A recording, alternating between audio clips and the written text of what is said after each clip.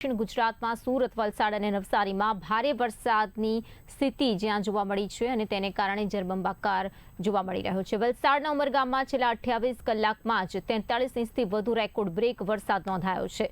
પરિસ્થિતિની ગંભીરતાને જોતા મુખ્યમંત્રી ભૂપેન્દ્ર પટેલ ગાંધીનગર સ્થિત સ્ટેટ ઇમરજન્સી સેન્ટર પહોંચ્યા હતા અને સ્થિતિની સમીક્ષા કરી હતી। તો પ્રશાસનને જરૂરી દિશા નિર્દેશ આપવામાં આવ્યા છે। મુખ્યમંત્રીએ કેન્દ્રીય ગૃહમંત્રી અમિત શાહ સાથે પણ ટેલિફોનિક વાતચીત કરી હતી। આ તબક્કે કેન્દ્રીય ગૃહમંત્રી અમિત શાહે પણ તમામ મદદની ખાતરી આપી છે। વરસાદની પરિસ્થિતિના ધ્યાને લઈ અને અગમચેતીના પગલાં રૂપે ગઈકાલથી જ એનડીઆરએફની ટીમ્સ, એસડીઆરએફની ટીમ્સને ડિપ્લોય કરી દેવામાં આવી હતી। સુરતમાં, નવસારીમાં અને વલસાડમાં મોટા પ્રમાણમાં એસડીઆરએફની ટીમ્સ અને એનડીઆરએફની ટીમ્સ પણ ડિપ્લોય થયેલી હતી।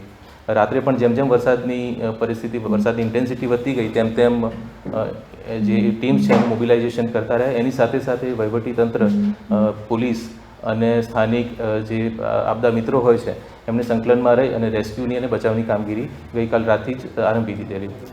અંદાજે 1200 જેટલા લોકોને રેસ્ક્યુ ઓલરેડી કરી દેવામાં આવ્યા છે। સુરત સિટીમાં 1500 જેટલા લોકોનું હાલ સુધીમાં એમને સુરક્ષિત સ્થળે ખસેડી દેવામાં આવ્યા છે। નવસારીમાં કાવેરી નદીના કારણે જે 11 ગામો છે ત્યાં જે 200 જેટલા લોકો ફસાયેલા હતા એ લોકોને પણ રેસ્ક્યુ કરીને સલામત સ્થળે ખસેડી દેવામાં આવ્યા છે।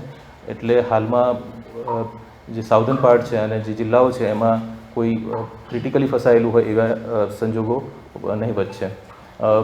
સ્થિતિની ગંભીરતાને જોતા માનનીય મુખ્યમંત્રીશ્રી અને માનનીય નાયબ મુખ્યમંત્રીશ્રીના સ્તરેથી જે પ્રભારી સચિવશ્રીઓ છે એમને સત્વરે જિલ્લાઓમાં પહોંચી અને પરિસ્થિતિનો તાગ મેળવી અને ઉપચારાત્મક પગલાં લેવા માટે આદેશ થયેલો છે।